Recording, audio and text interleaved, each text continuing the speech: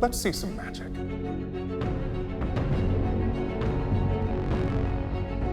It was sort of like Harry Potter and Narnia go insane at graduate school. We've captured the spirit of the books, and we get to go places that the book goes and also new places. I think his idea of magic at the beginning of the series is definitely different from what it is at the end.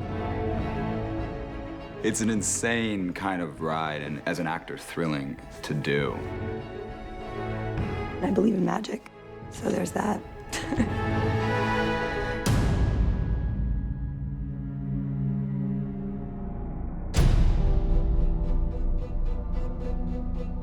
Well, we start in about the same place that the books start. We start with Quentin, and he's kind of our way into the world of the magicians. It exists in the real world, a world like the world you and I live in, but a select few people have the ability to do real magic. And the show starts with our main character, Quentin, discovering that he is one of those people and that he's been accepted to a very prestigious university for magic. You're late. Follow me. If Quentin's not Quentin, it's not the magicians. And these people are the people that they are in the books. Lev has been very generous. I imagine that it's very strange to be living alone in a world that you're writing for a decade and then hand it over to these strange Hollywood people. We're very fortunate that he agreed to stay involved with the show. Set, get ready, and action! Could you please get to the point, Quentin? I have a trustees meeting. Why am I here? Well, Quentin's journey and arc is interesting because it's not the typical hero's journey. I think he has abilities. He has intelligence and sensitivity, and yet has to recognize that of the group, he does not possess the greatest gifts.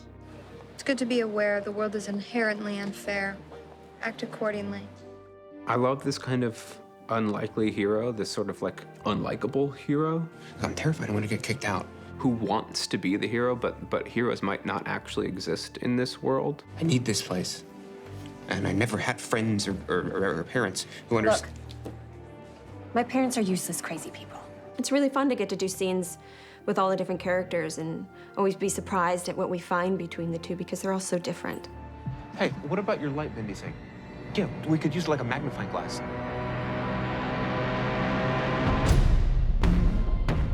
Phosphomancy, bitches! We're all older. The grad school thing is a different time in life. You're sort of incubated by your family through high school, and then you're incubated by whatever college curriculum you enroll in, and then you graduate, and you're hit in the face with the real world. My mentor last year was a nun. Never again. And that's a time of life that I don't think people talk about as much as they do talk about high school and puberty and stuff like that. And I think it's really important to kind of touch on that time. Really, the core and what makes the book so exciting is watching these humans develop and grow into what they become. And so I think that that's something that's really honored. Just have to let you in. Your mom. And she's the only person you love in the world. Not anymore. Just seeing the beautiful things that are described in the book come to life in a visual way. Lev said something interesting a few days ago. He said, you can't continue to write and write and write descriptions of things. You have to move a story along. But on a television show, you just show it. I think Lev did a terrific job of painting those worlds so that they felt different. So then we had, the obligation to kind of like make these worlds feel different. We approached the pilot as being kind of in three worlds: Brakebills, Brooklyn, and Fillory. Each world has a very different look in terms of its color and shooting style. Brooklyn, our New York world, is very blue and cold and verite. It's largely shot handheld. It's all dark and gray and sort of rough. And, flares can get caught in the lenses, which is gorgeous. And it's got this natural grit. We wanted to look much more like kind of an indie Brooklyn movie. Once you get to break bills, there's much more warmth. There's a lot of hard, directional, beautiful light. We can't use handheld and break bills. Like, they're all like steady on dollies. It's like going from a sort of Charlie Kaufman, Eternal Sunshine kind of look to something a little bit more Spielberg in feel. And then Fillory, we're just gonna go crazy when we get to Fillory. We talk about using points of view that are not human. So when you think about the New York look, because it's handheld, it literally is the point of view of a camera on a man or a woman's shoulders. So it is a human eye view. When we're shooting a scene in Fillory, we like to ask ourselves, who's watching the scene? And magical creatures that are far larger and tinier than our human characters exist all over this world. So that inspired some of the approach to Fillory. Bravo! Brava. Brava. It's really exciting to see the tone of something that you read be captured in visual form and to recognize that quality that is very much intact. 3-year program, graduate level studies. Program begins immediately. How did you find me?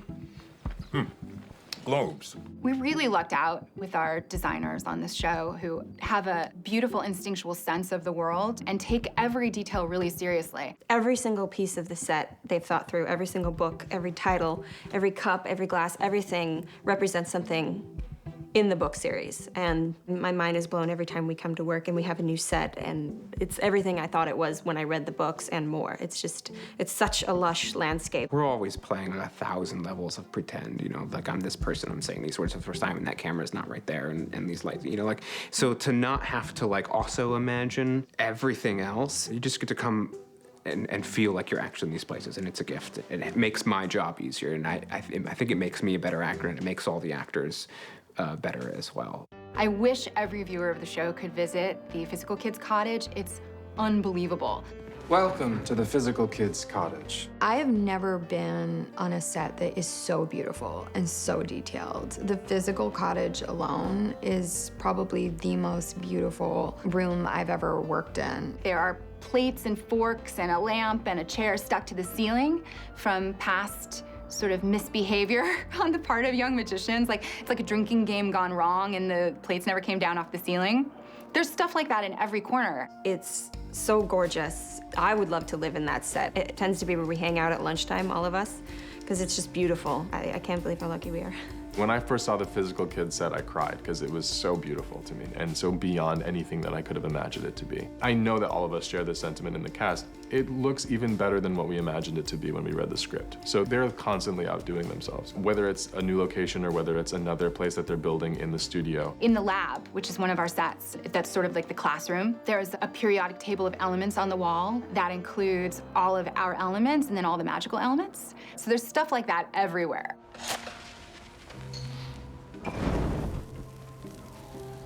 Nicely done. I love using practical effects whenever possible, just because it's easier to make something look real when it's real. When it's not entirely practical, there's a practical aspect to it.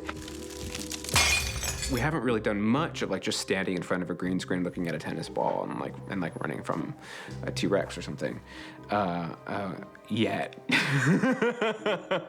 Real things have exploded. How long are you two douchebags gonna leave me out there? You have that to react off of, and it almost feels like you are affecting your environment, which is really cool. I feel motivated to go to the set when I know something's gonna blow up, which is most days. We just get to do things practically. So a lot of the spells, there's actual things flying through the air and getting to pull things across the room. And so when we get to do all of our little spells, things are actually happening, which is thrilling as an actor to get to see it. Sometimes it can be very frustrating when you're acting against a green screen, but it's all there. It's great. Doing the Welters game, getting to like walk out onto the field and create this black hole and then have it change the environment around me. Like the wind was blowing and then like the roof gets like blown off this thing, and a lot of these things were happening practically kind of around me, and it felt like it was coming like from me. There are a lot of these moments on the show that are like no acting required because things are just happening and you just get to react to them. It was like a real superhero moment.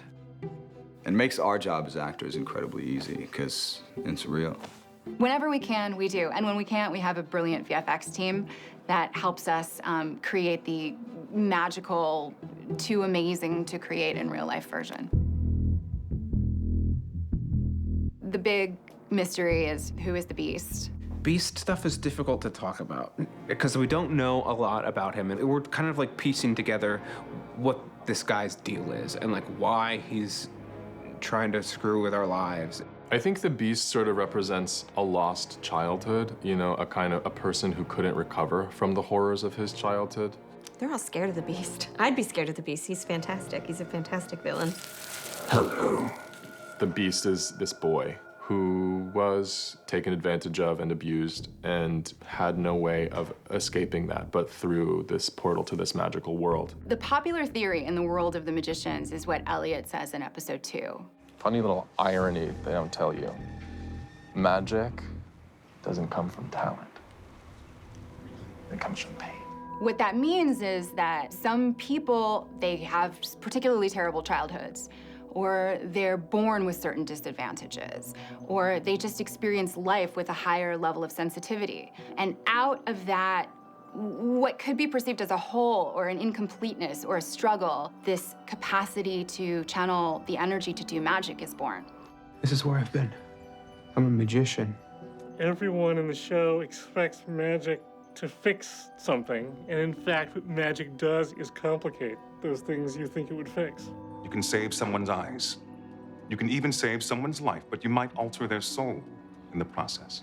The way magic behaves in this reality, it's a dangerous thing, and it's not something that is simple, and it's something that requires a lot of energy and a lot of practice, like everything else in the world. And so it begins very romantic and then becomes sort of a pain in the ass, like everything else. What is the point of any of this, of magic, if we can't fix real problems? We can fix some things. So we fix what we can. I think pain is sort of the gateway that you have to travel through in order to become more powerful, more yourself.